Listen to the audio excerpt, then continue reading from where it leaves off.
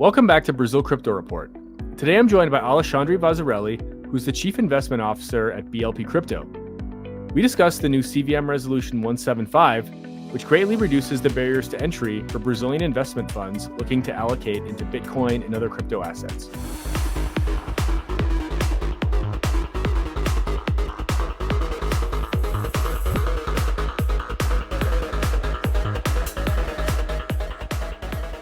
Today I'm joined by Alexandre Vasarhelyi, who is the CIO at BLP Crypto, which is one of Brazil's oldest crypto funds. Welcome, Alex, to the show. Thank you for having me. Actually, we were the first institutional investor in Brazil. We launched the fund BLP Crypto in December 17. So we are almost 6 years old now. Oh, wow. And it's been a privilege to be here with you. Amazing. Yeah, well, thanks so much for coming on. And with that, why don't you introduce yourself quick, and then maybe what's the backstory behind how you got into BLP Crypto? Perfect. I graduated in 93, and I went straight to Banco Garantia. And then I traded for Credit Suisse, ING, Deutsche, and my last job in the financial markets, the traditional financial markets, was as a treasurer at the local Brazilian bank. And so I have more than 25 years experience in trading. I was always like a prop trader, which is a macro trader, basically doing interest rates and currencies. And I was introduced to Bitcoin in 2016 by my partner, Axel. And I fell in love with Bitcoin in January 17 when I really had the time to understand. And we had the idea to launch the fund in July 17. It took us a while to build the product, which you can imagine to have a crypto fund in 2017 was a little bit ahead of the time, but we were able to launch it December 17. So 2022 was our second crypto winter. So we are kind of used to it now. And then can you give us maybe a bit more color on just BLP Crypto itself, and what's your kind of investment thesis? What are your strategies? Who are maybe some of your limited partners or general partners in the fund? Perfect. So the founding partners were Axel, who was the first one to learn about Bitcoin, myself, and Glauco, who at the time had an asset management company. In Brazil, you have to have an asset management company to be able to have a fund. All local funds are under the CVM, which is similar to SEC. But I think it's similar, but here I think they follow the products more closely than abroad, because it's the fund industry in Brazil is pretty big in terms of GDP, and most of our investments are done through funds, which is not very normal abroad. So we were the first ones to have the idea, capability, and courage to launch a crypto hedge fund. So we launched a crypto hedge fund under the CVM in late 17, which is kind of unique. Got it. And then, so the purpose of today's conversation is to talk about this CVM Resolution 175, which is going to have some pretty dramatic implications on how crypto funds, or how just funds in general, investment funds in general, can treat crypto assets. But before we dive into that specifically, could you maybe give us a bit more color on just what you were saying before about how just the size of the funds, like the fund management industry in Brazil, and like just how much AUM are we talking about here? What's the size of this industry in Brazil, maybe vis-a-vis other kind of comparable markets globally? So I think it's around $400 billion, the fund industry in Brazil. And comparing to other places in terms of GDP is much larger. So why is that? Because in Brazil, we had a CPMF tax, which was a tax where you would be debited on any transaction unless the transaction was done inside the fund. So basically, the fund industry grew a lot and remains very large comparing to the other markets. But we are starting to have a lot of fixed income instruments, which was not the case 10 years, 15 years ago. And this is an industry that is growing a lot. So I'll say that now Brazil is in the process of decreasing the fund industry and increasing the direct investments like treasury bonds and things like that. Got it. But it was basically this sort of tax incentive that steered people into funds versus just investing on a kind of a one-off basis. Like, I'm just going to go buy some shares directly, but it's the tax incentives are structured so that it's more profitable to invest through a fund vehicle. Am I understanding that correctly? That's exactly the case. Inside the fund, you don't have that. You didn't have that tax, which for investment purposes is very important. It was like it came out to be 38 basis points on every transaction. So it was huge. Got it.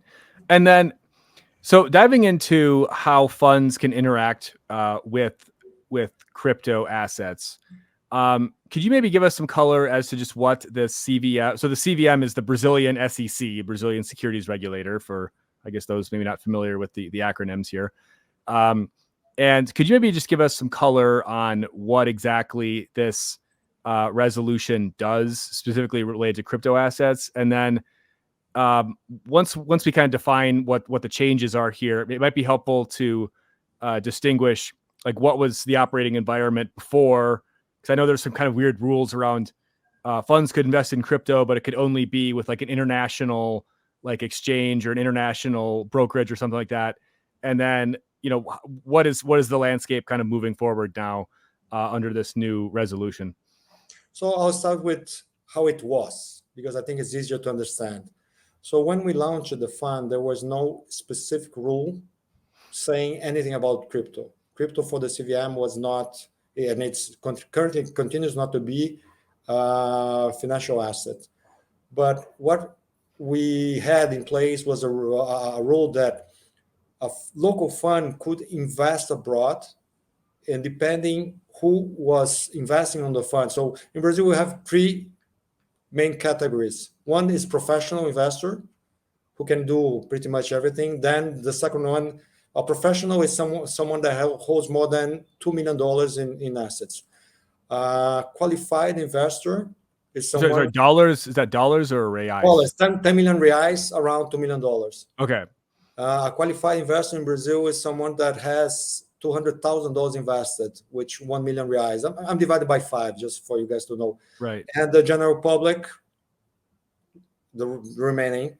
So basically, the general public could buy a fund that was investing 20% limited abroad.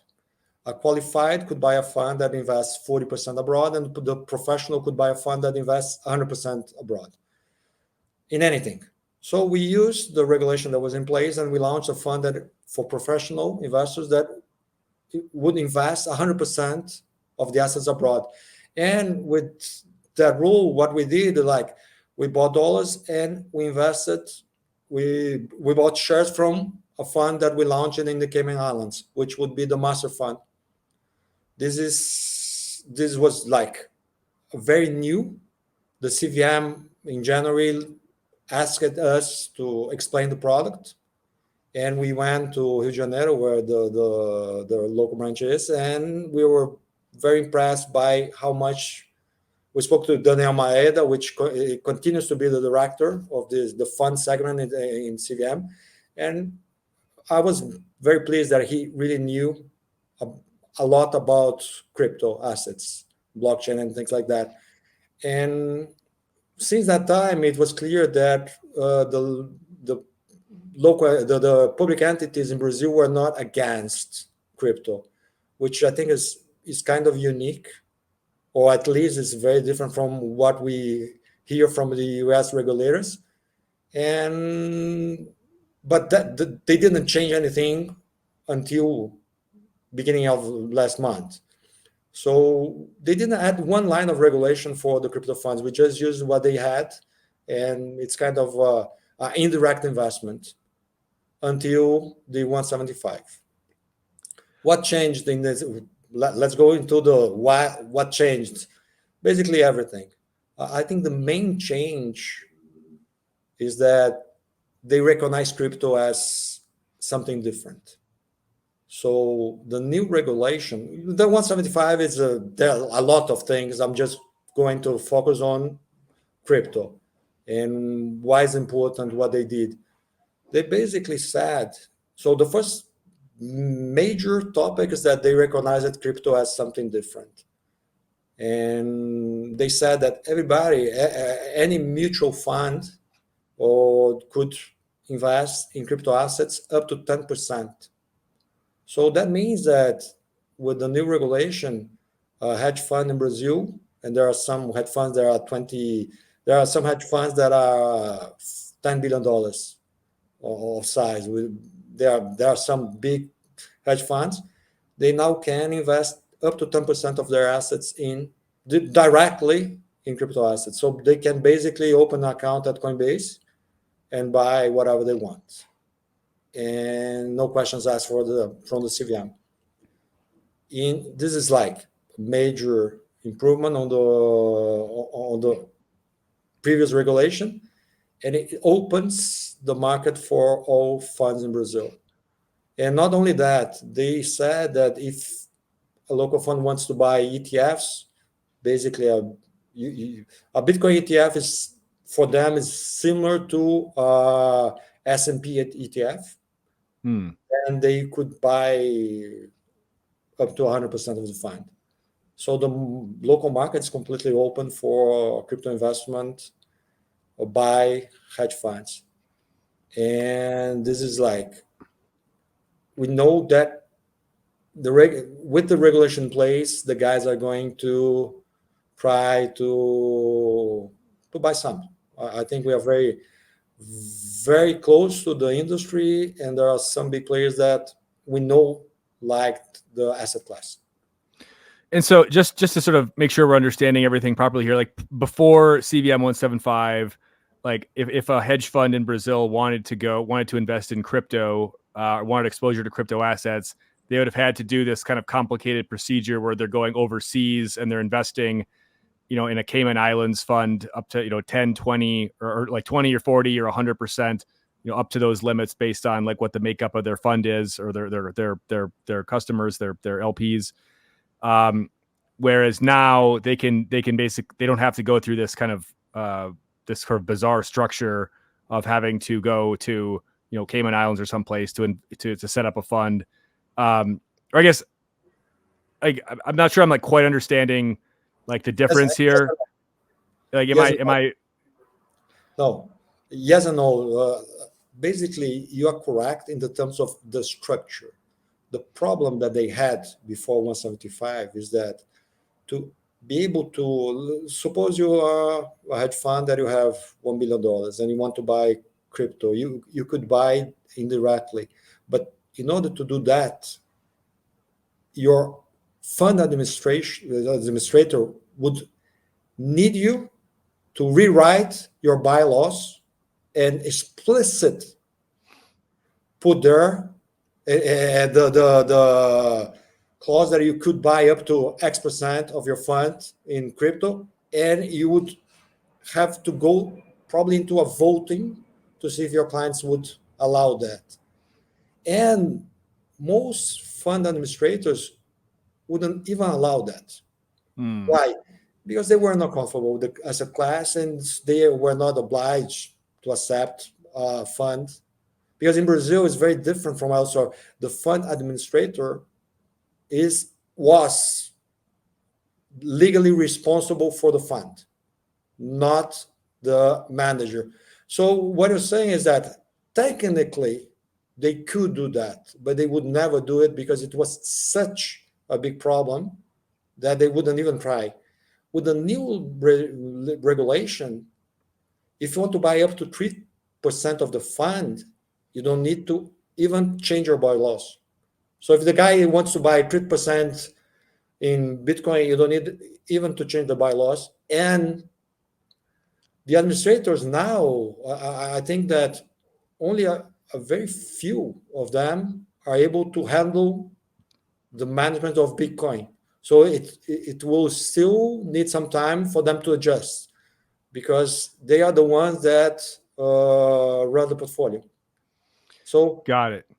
now they are obliged to have a system that can handle Bitcoin. And for an industry, for this to work, you need to have the proper systems. Otherwise, the admin is not even going to allow you to buy the product.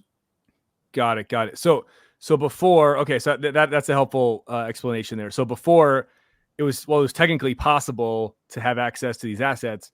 It's you basically had to like set up a brand new fund and like build all that into like like kind of what you guys did, right? Where you established a fund that was just specifically focused on crypto. It's into the bylaws, it's in everything.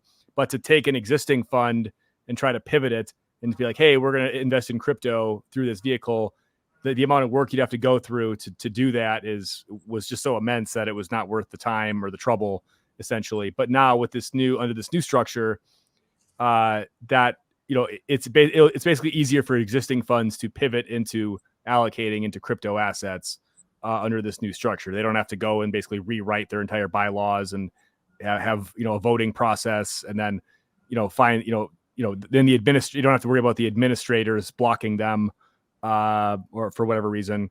So that's basically like the key difference here, is that the barrier to entry is just dramatically reduced now for funds in Brazil looking to enter or looking for exposure to crypto assets.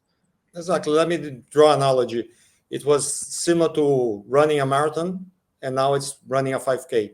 Is it easy to run a 5K? No, but it's feasible. To run a marathon, either you prepare yourself very well or it's hard.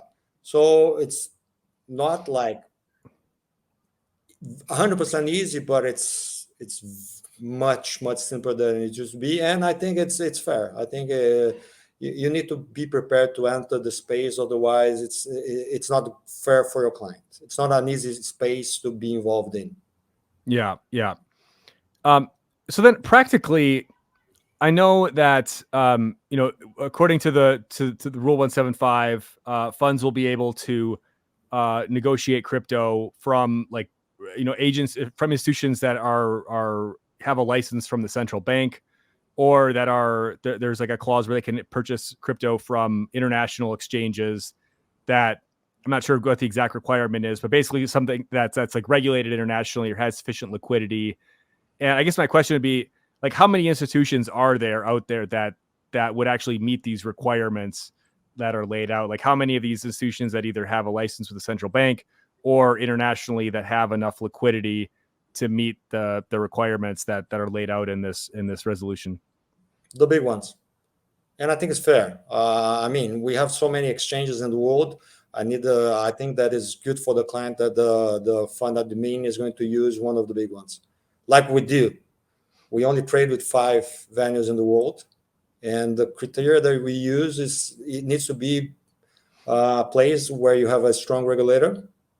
It needs to have liquidity, and it needs to pass our due diligence. So I think this is very fair. This is what is expected by the CVM, and I think it's fair.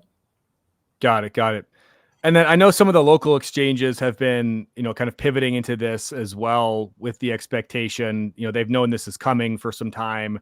So like Mercado Bitcoin they do have a license from the central bank. So they've kind of pivoted into being like, hey, they're pivoting away from retail and more towards some of this institutional clientele.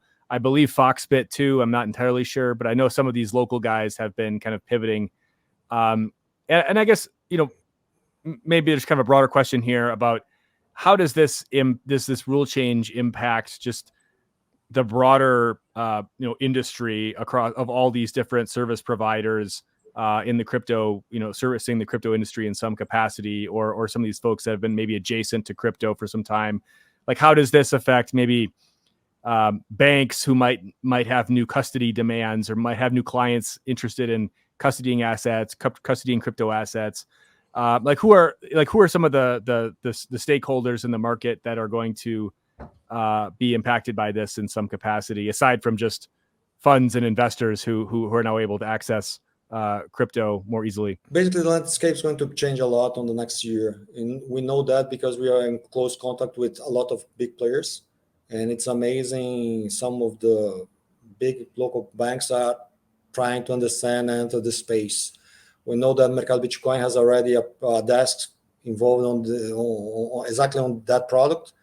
I spoke with Coinbase, both in Brazil and abroad. They are looking into it, but Coinbase is such a big elephant that I don't know if they have the willingness to enter Brazil. And I think Brazil is very well positioned to be a space where they will test the product. What's the product? To sell crypto assets directly to hedge funds. That's the product.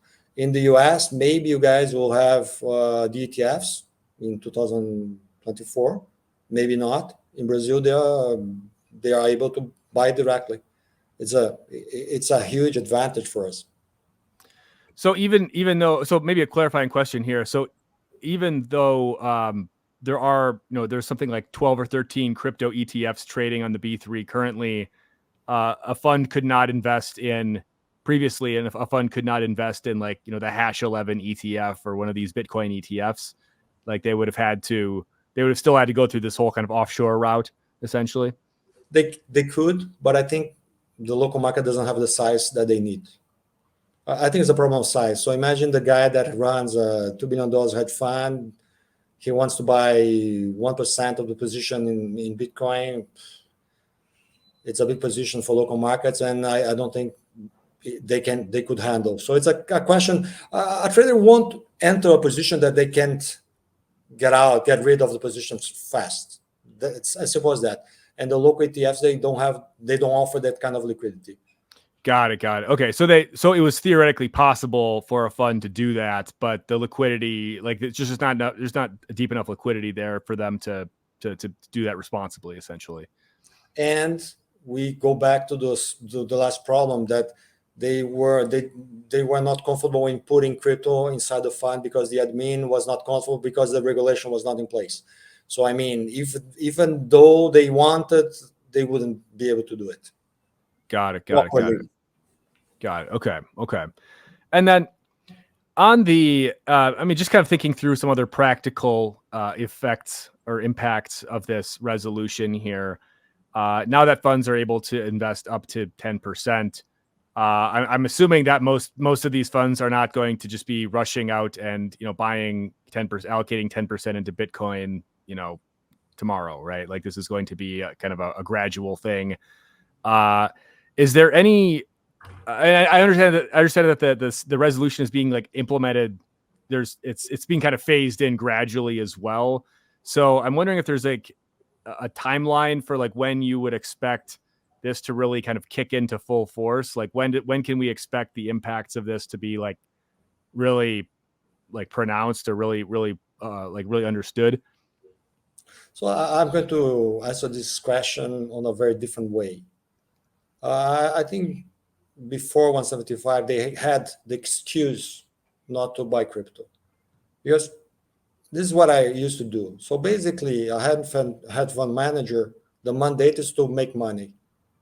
You don't have to be, you're not obliged to make money on an X market or a Z market. Your mandate is to make money wherever the opportunities are.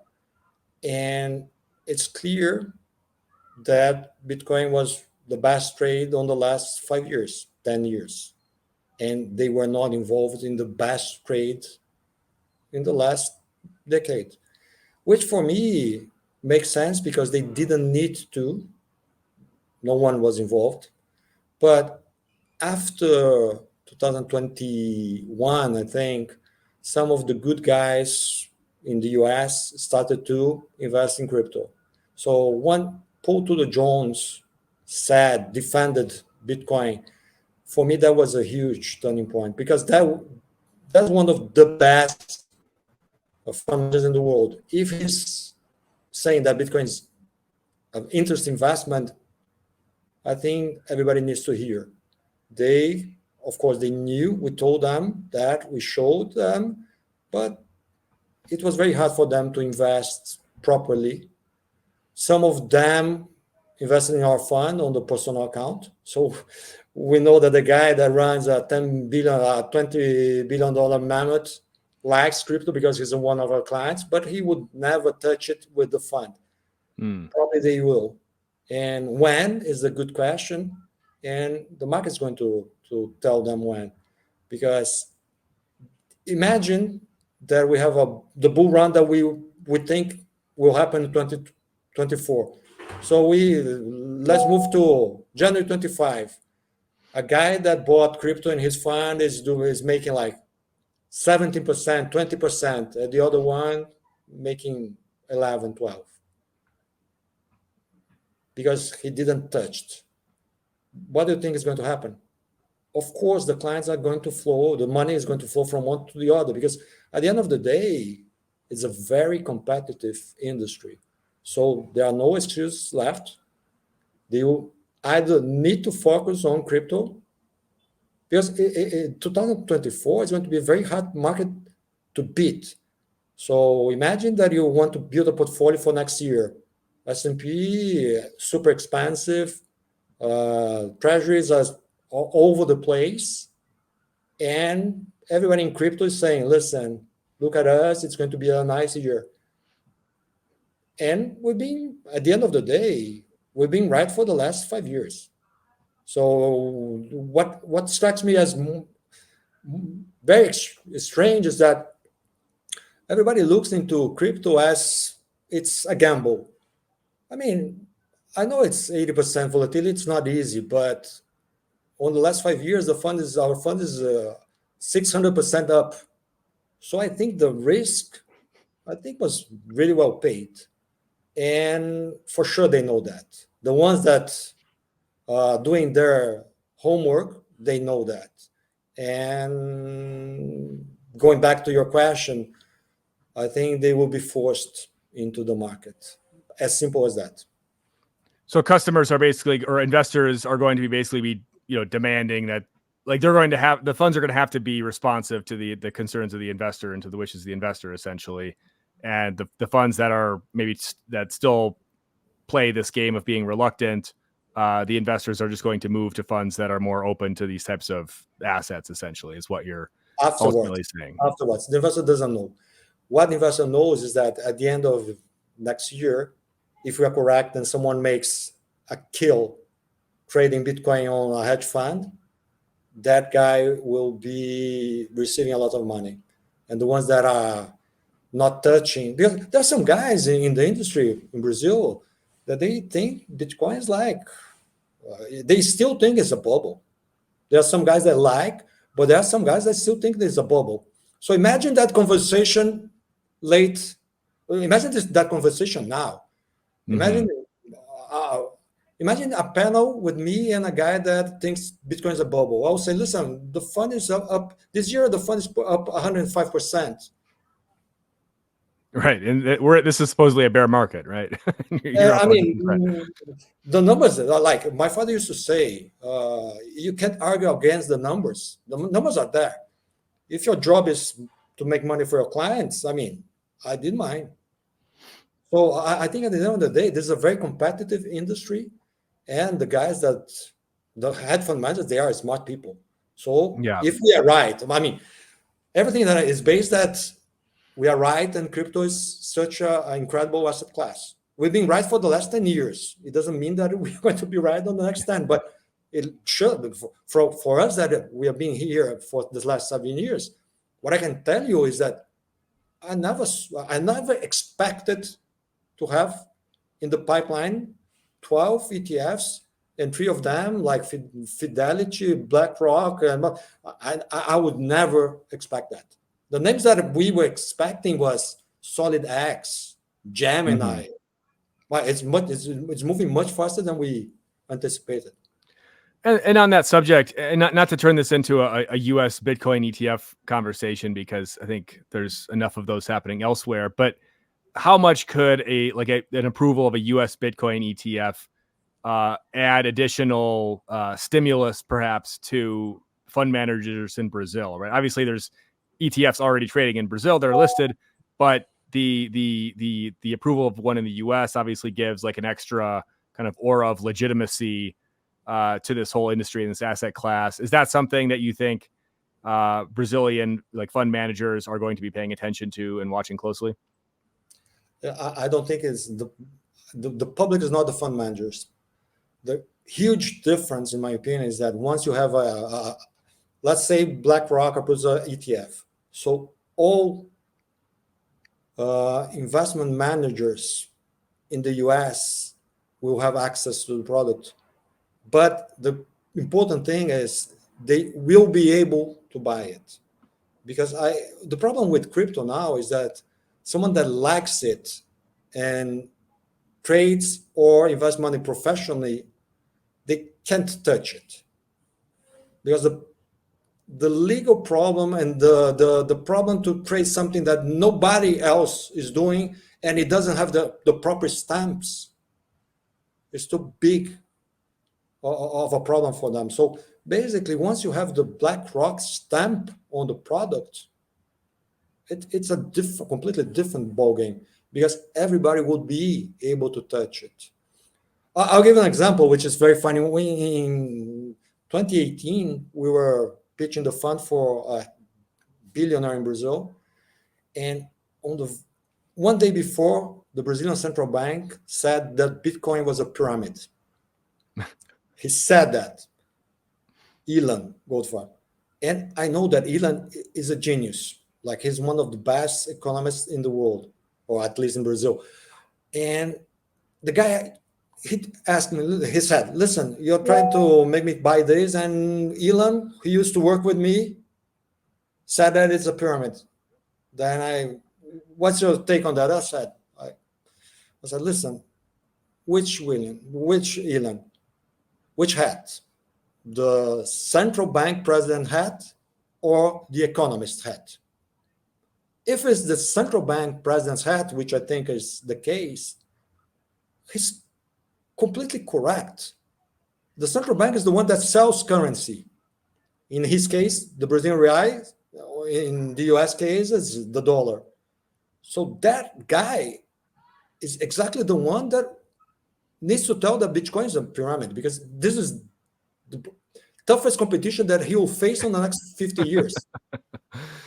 I convinced the guy he invested with us, but this was the scenario. I mean, the guys that invested with us in 17, 18, they were kind of, I think, it was very difficult. It's still a very difficult pitch.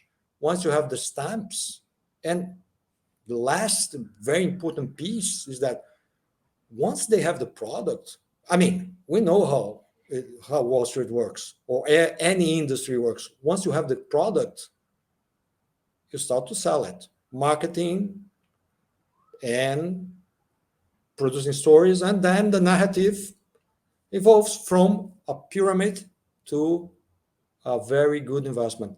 So, I mean, I said a lot, but the main thing is not only the stamp, but the tranquility to be buying something that Wall Street is selling is very, very important for all investors.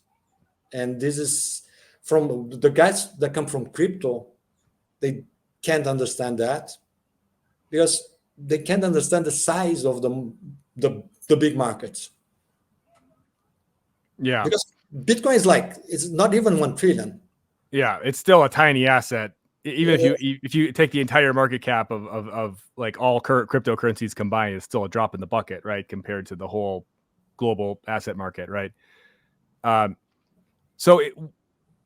back to the resolution here, to the resolution 175, and I know you've spent a decent amount of time around with folks at the CVM over the years, and you have a relatively good sort of understanding of how they're approaching these types of questions. And I mean, what do you see as like their motivation for doing this? Like, why? I mean, we're seeing them take basically a completely opposite approach here than what we're seeing other securities regulators take around the world. So, like, why are they choosing to make this this definition of crypto assets and also kind of liberating some of the rules around funds investing in crypto assets? Like, why are they doing this? What's their motivation here? Why are they different? This is the question. I think you to answer that question, you need to understand that every country has its strengths and weaknesses. The Brazil doesn't have a very good currency. On the last 50 years, we had 8 different currencies. The Brazilian real is currently the longest one, and it's more than 25 years old. So it's relatively stable, but we are trading at 5. When it launched, it was 1. So this is why it's relatively stable. It means that it's very, and we don't have an open capital account, which means that our currency is not fully convertible. Well, fully convertible, like the dollar is a fully convertible currency. You can exchange dollars by pretty much everything without asking for permission. In Brazil, to exchange reals for dollars, you need to ask permission for the central bank. And it's done via a foreign exchange contract. This is how the system works.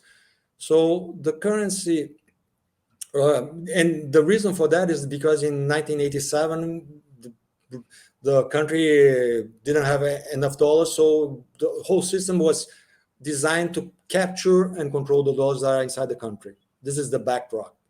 So with the last years, the central bank and the country changed a lot of mentality and understood that it needs to open more the economy. And this is why they kind of are developing the DRAX, which is the real, the central bank digital currency. The Brazilian central bank is going to launch the digital real next year. So why are they doing that? My guess is that since we have one of the highest interest rates in the world, one thing that crypto assets allow you is to capture offshore markets very easily. So imagine that in next year we will have a treasury bond that you could sell it through Uniswap. So anyone in any place would be able to change Ethereum for treasury bond from Brazil. And for the country, if they are able to implement that, at the end of the day, they will reach a 7 billion people market. And we pay 12% for 5 years, real plus 12. So I think what will happen is that we will be able to work with lower interest rates because the risk of renewing your debt will be much smaller. And the United States is exactly on the opposite place because the treasury bond, like the US is facing increase in the cost of rolling the debt, sharp increase. Real interest rates are increasing a lot. So this is why from AAA, you guys are, the ratings are going down. And I'm not sure if you know, on the next 12 months, the US will need to roll 1/3 of the debt. And they will roll probably that much, 5. Really? Yeah, it's amazing. Oh my, okay. if it's not 1 year, it's 1 year and 2, but it's like massive. Wow. It's massive. And the problem there is that once you need to do the auctions, then the proof is in the pudding. So the last auctions the 30-year auctions that they tried, the last 2 were awful. So, and the US, why is in the opposite direction? Because since you guys have been selling treasuries for the world forever, you don't have more clients at the end of the day. Right. So for us to have more clients is very important. For you guys, you don't need that because you had already. So for you guys, if Brazil try to enter the space of public debt globally, it's not good. I mean, the sizes are completely different, but in the sense that there's more competition, like there's more competition. Like the U.S. client base of people who are buying government debt at these auctions, they have all of a sudden they have more options that they can choose from aside from just standard U.S. Treasuries. Is that what you're saying? Like they'll have more. But the American have been selling treasury bonds for everybody. I think China was a huge holder. Japan is still a huge holder. Russia. Mm-hmm. I mean, what happened with Russia? And why this is important? Because at the end, before crypto, this talk that we are like this possibility wouldn't exist. So it's what crypto allows. It allows a country like Brazil to access easily the global markets, which in the past it was a nightmare. So in Brazil in 97 and 98, we had the debt crisis basically because we were unable to roll our external debt. So it's like 98. It's not that it's something on the early 20th century. This is like I saw that. Yeah, right. We were all alive, right? it was a nightmare. So the global markets close to Brazil. So I think this is, and the guys that are at the central bank, the old guys, they were alive there and they saw it. So for Brazil, crypto is a huge opportunity. And I think, especially Roberto Campos, the central bank president, he knows that by heart. He was trading Brady's when we were trading Brady's in 97. So he knows by heart that. And then so you're saying that this mentality is really behind a lot of the CVM's decision making and their approach to this asset class as well, where they're viewing this as like this isn't necessarily this adversarial thing that has to be crushed, but this is a tool that will allow our consumers, our citizens, our residents here to be able to access new opportunities. Oh, you still there? I think that might have been me. I think my internet sort of went out there for a second. Anyway, I'm gonna start that section over. So I don't know what happened there.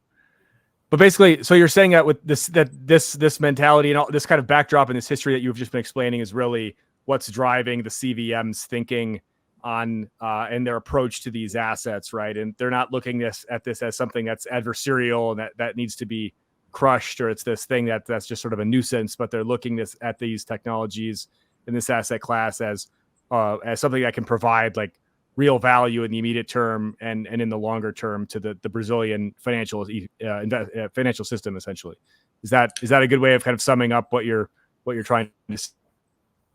Actually, it's exactly the opposite, and this is very interesting because the opposite. The way maybe I'm misunderstanding.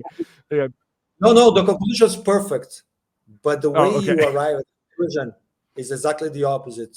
And I'll explain you why I think is exactly the option. Okay.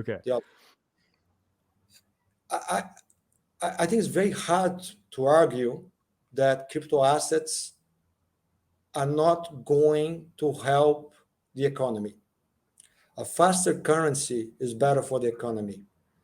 A means of exchange that is faster and more reliable is better for the economy. Something like Uniswap, where you can exchange an asset for another asset, delivery against delivery, without risk, without a central exchange, and without a lot of costs, is something that is very useful for economy. The problem that exists in the mentality of the American regulator, is that you guys had already the good currency, and 80% or 70% of the world trade is done in dollars. So the American correctly doesn't want and doesn't need competition. If I held 70% of the market, the one thing that I wouldn't like is competition. The other countries, they would love to be competing, to have the opportunity to compete with the dollar. And Brazil is a big country, and I think the local financial markets are very well established. And since, like, our payment system, I think, is among one of the best in the world, because since we had inflation, such a high inflation, I'll give you a number, in 1994, we used to write the checks, and they will be live in your account on the next day, because every day was around 1.5% inflation. So at that time, we had a very, very efficient compensation mechanism in the banks. Nowadays, we have the PIX, which is a system they did 140 million transactions a day, and it's instant transfer. So what I'm saying is that we have been very good in technology, especially in the financial markets, for 30 years, 40 years. Look, in Brazil, when we do our tax, the IRS, we do everything electronically since I think for 15 years now. And I mean, 95% or 98% of the people are doing the taxes returns electronically. So we are really into fintech. We are really strong on that. So this is why I think the regulator is been doing that forever. Like, the Brazilian regulator has been involved in tech regulation forever, so they know what they're doing. Remember when I mentioned that Maeda knew a lot about, we're talking like early 18. He knew about blockchain, he knew about Bitcoin, because probably in 15, 16, he started to study, because he was already, they were already studying other paying mechanisms. So this is why I think this answers why Brazil. Got it. No, that's super helpful. And I think everything you said there is like pretty well backed up, right? That there is this emergent, like Brazil and Latin America more broadly, but I think Brazil in particular is really just this kind of hotbed of financial technology innovation. And the regulators do sort of correctly understand that this is like a key competitive advantage. And at the end of the day, like, everyone's looking for a way to compete with the US dollar. And not, and in the US, like, you're looking for ways to sort of, minimize competition, right? So, like, why would you embrace something that's going to be inherently competing against with your sort of your crown jewel, right, of the US dollar in the global financial system? So that makes a lot of sense. And I guess I don't really have any other questions lined up for you here, but maybe I'll just ask, just some final thoughts on, going back to just the resolution 175, like, what can we kind of expect over the next, like, 3, 6, 12 months as far as this being rolled out? Like, as far as how much inflows should we maybe expecting as a result of this? Is this going to induce, perhaps new service providers to enter into this market? Is this going to be, how is the market overall just going to change as a result of this? And I know we kind of talked about this a little bit earlier, but maybe if you have any other thoughts or any other points you want to expand on this front, I think that'd be a really interesting point to conclude on here. I'll give you the roadmap. So basically, the next steps, all administrators will need to be able to handle Bitcoin on their systems. And that should take another 2 months, probably early 2024. The big five will be able to do that.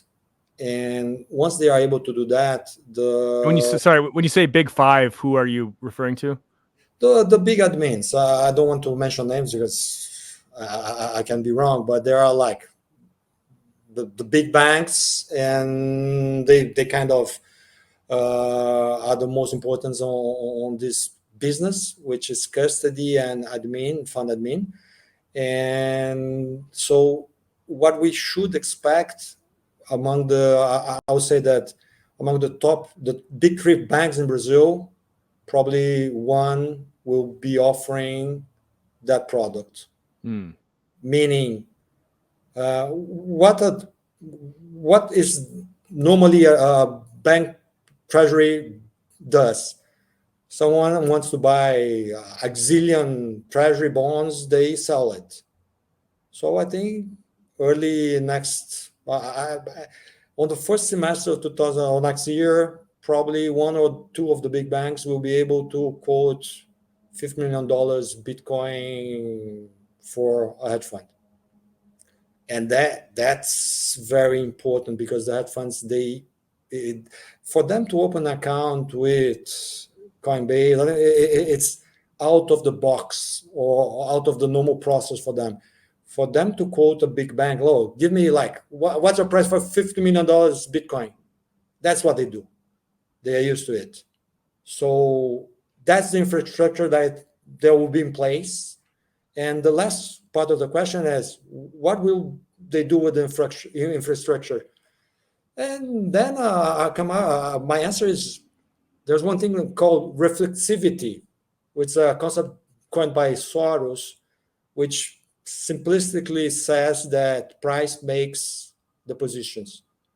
So what I said before, if a hedge fund manager see Bitcoin going up from 35 to 50, it doesn't do anything, I don't think he's doing his job well. In the past, I would say he won't be able to do it. So I think it's fair. If you're not able to buy, I don't think you need to participate. But Resolution 175 changed that excuse. And imagine, so I'll give you a scenario because this is the only thing that we can do. Imagine Bitcoin reaching $100,000 and your hedge fund manager saying that it's a bubble. I don't think that guy is going to be, he won't have an easy life because you know that Bitcoiners can be picky and they will kill the guy. So this is the future. I mean, what is missing in terms of infrastructure? Not a lot. In Brazil, basically in 2 months, we'll have the full spectrum in place. And the last thing that I would say is, listen, and this is super easy. If you have 11 houses in the US trying to launch a Bitcoin ETF, and you don't think this is a good product, maybe you are in the wrong business, my friend. Yes. No, I mean, it's like you have the barbarians at the gate and you say, no, we are safe here. No, the barbarians are at the gate. So what else do you need? One more confirmation. You need like the audible like voice of God or something to come out of heaven to come down from the sky to tell you that. Exactly, because I mean, I'm very bullish on the space forever, but this is solid information. This is not something. It's not a speculation. We know that there are 11 houses that want to sell the product. I'll give you another number just to finish. So they always compare Bitcoin ETF to gold ETF. So basically, gold ETF, if you go back when they launched the ETF, gold started to increase in prices. Today, the gold ETFs, they respond for 1% of gold's market cap. Today, Bitcoin ETFs respond for 4% of Bitcoin market cap. And we don't have an ETF in the US. So, like, this is the number. What I'm saying is that I kind of joke, Bitcoin was born for ETF and ETF was born for Bitcoin. The final information I'll give you guys is that the largest ETF in Brazil is something that mimics the stock market. It's Ibovespa, something like the S&P.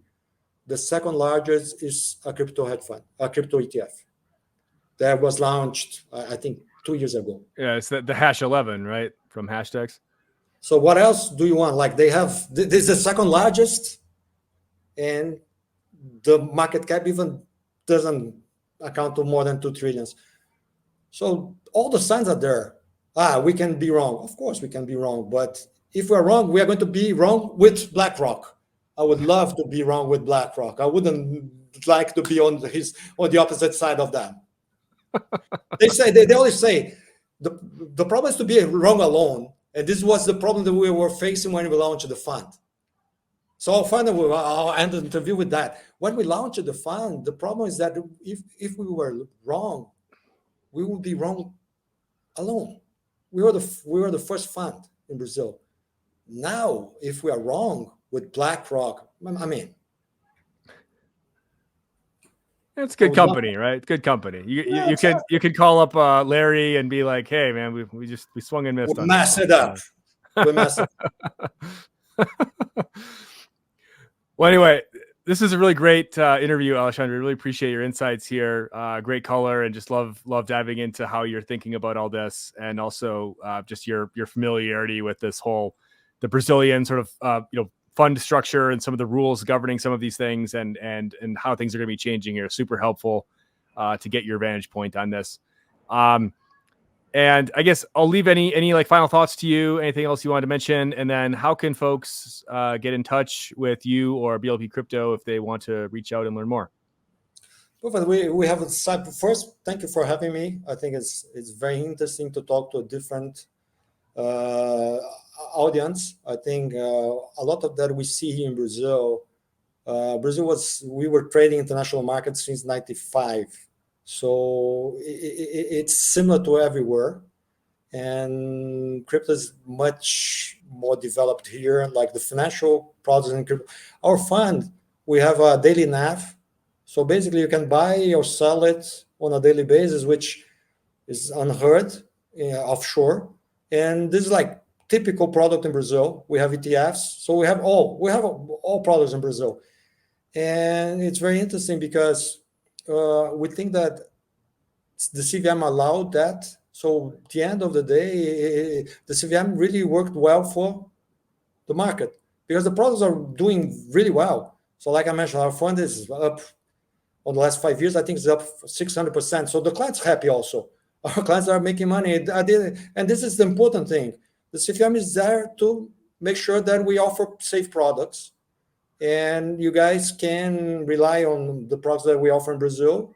You can study that. We have a blpcrypto.com.br, and our contacts are there. And also at LinkedIn, I'm always trying to share thoughts on LinkedIn. I think it's a very good platform to interact. But thank you again for the space and for hearing our side of the story. Yeah, amazing. No, this is great, really great interview. And this is really a fascinating area for me. As someone who's doesn't come from like a TradFi, investment background necessarily. This is definitely something I like learning more about. And I know this is going to have a big impact on the Brazilian ecosystem. So I'm glad to be able to do some more content on this and help explain this to folks better. So really appreciate you coming on, taking your time to help us understand this more. So with that, Alexandre, really appreciate your time. And thanks everyone for listening. And we'll be back soon with another awesome episode. Thank you for the presence. And thank you, guys. If you listen up to here, congratulations. See you next time.